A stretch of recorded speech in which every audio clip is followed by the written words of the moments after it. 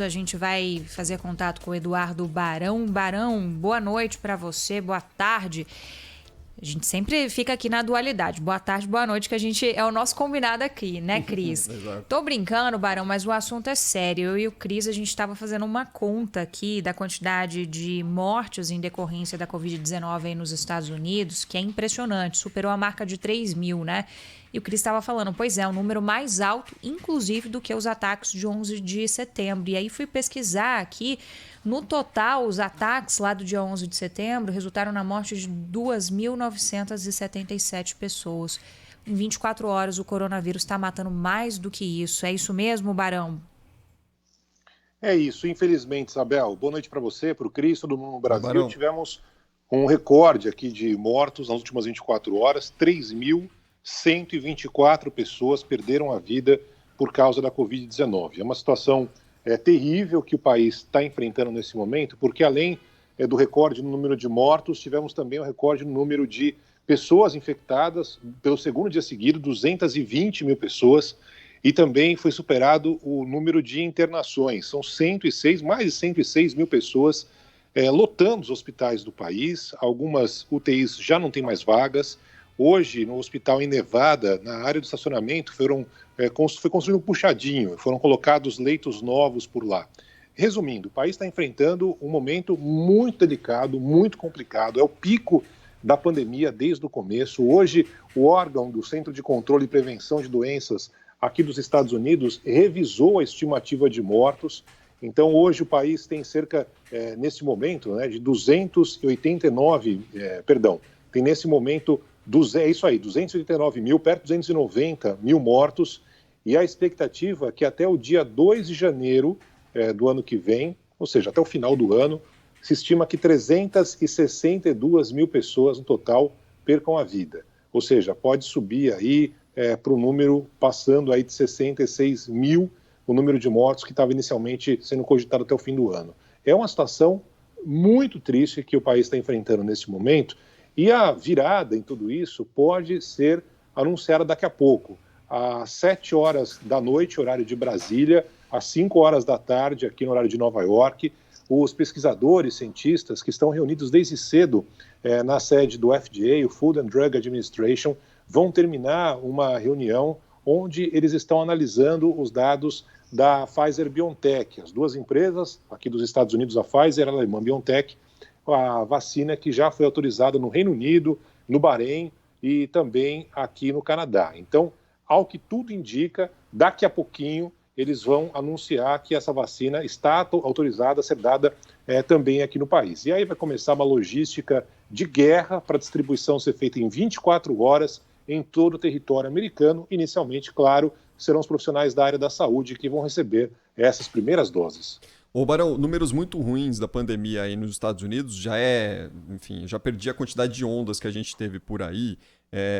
E com uma situação tão ruim quanto essa, em relação àquela primeira que a gente teve quando a doença chegou no país, se fala pelos Estados Unidos em lockdown, em restrições, ampliação de restrições por aí, e você vive de perto aí em Nova York, uma cidade gigantesca, recebe gente de todo canto do mundo, você até mesmo relatou ao longo dos últimos meses que Nova York não é a mesma, né, de antes da pandemia, mas enfim, tem uma circulação muito grande de gente. Se fala em lockdown nos Estados Unidos? Já tem lockdown, Cris. Já? Já tem lockdown na Califórnia, sim.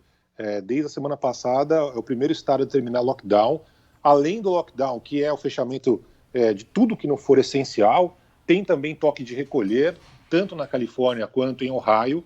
São as duas medidas mais duras que a gente está acompanhando. Aqui do lado, em Nova Jersey, na região de Newark, onde tem um aeroporto e tem uma comunidade brasileira muito grande, também tem toque de recolher por lá. Ninguém pode sair de casa depois das 10 horas da noite. Mas são medidas locais e assim vai ser feito em todo o país. Tanto o presidente atual Donald Trump quanto o presidente eleito Joe Biden disse que não pode determinar nada nacionalmente, nenhuma medida nacional vai ser tomada por causa das peculiaridades mesmo da lei. Né? As leis determinam isso, cada região, cada local tem a sua peculiaridade. Então, nesse momento, temos essas regiões com sanções maiores, com decisões mais rígidas, tanto na Califórnia, que é um dos estados mais preocupantes nesse momento, na verdade, o país inteiro, né?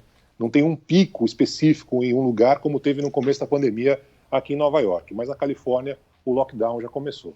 Barão, você estava falando da vacina da Pfizer, mais cedo eu te ouvi entrando também com o Datena e achei muito interessante você trazendo dados que contrapõem uma fala que a gente ouviu do ministro da Saúde de que talvez possamos iniciar em dezembro esse processo. Mas a Pfizer aí nos Estados Unidos já deixou muito claro, né, de que nesse ano não tem como chegar a vacina aqui para o Brasil, por exemplo.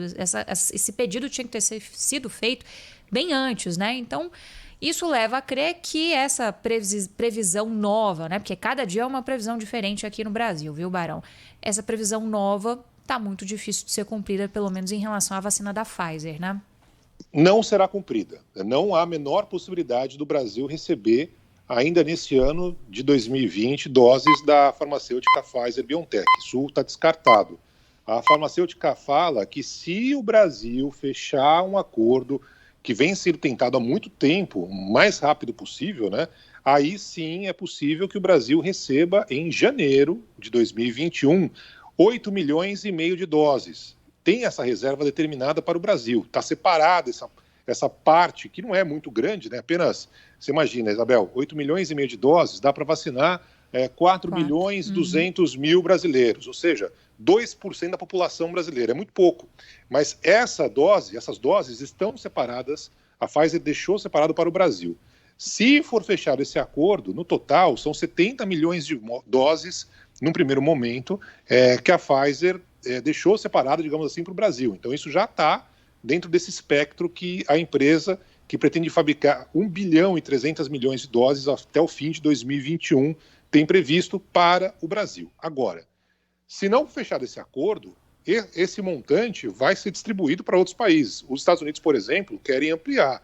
Eles têm 100 bilhões de doses já fechadas, mas o governo americano quer aumentar essa quantidade. Inclusive, o Trump deu aquela canetada lá determinando que nenhuma dose deixe aqui os Estados Unidos enquanto todos os americanos não forem vacinados. Isso deve mudar quando o Biden assumir o poder logo mais em janeiro. Mas, de qualquer forma, é uma corrida agora e essa vacina da Pfizer-BioNTech está no topo da lista, todo mundo tem interesse. Mas, para deixar muito claro, não é possível mais que o Brasil receba as doses neste ano de 2020. Outros países vão receber, é o caso do Canadá, é o caso do México, aqui do lado, é o caso do Chile, do lado do Brasil, que já tinha fechado acordo com a Pfizer-BioNTech. Mas, por enquanto, como não houve assinatura do contrato, se isso acontecer nos próximos dias, o Brasil pode receber, mesmo que seja essa pequena quantidade, em janeiro de 2021. Eduardo Barão, todos os dias conosco aqui, atualizando as informações dos Estados Unidos. Barão, valeu, bom trabalho para você por aí. 4-0, 3 pontos na conta, segue o líder, tá bom? Vou te falar, Cris, eu tenho uma certeza, rapaz. Eu vou falar que fiz várias simulações aqui, minha matemática é maravilhosa.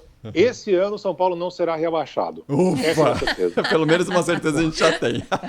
Um abraço, Cris. Abraço, Barão. Beijo, Até mais. Barão. Tchau, tchau.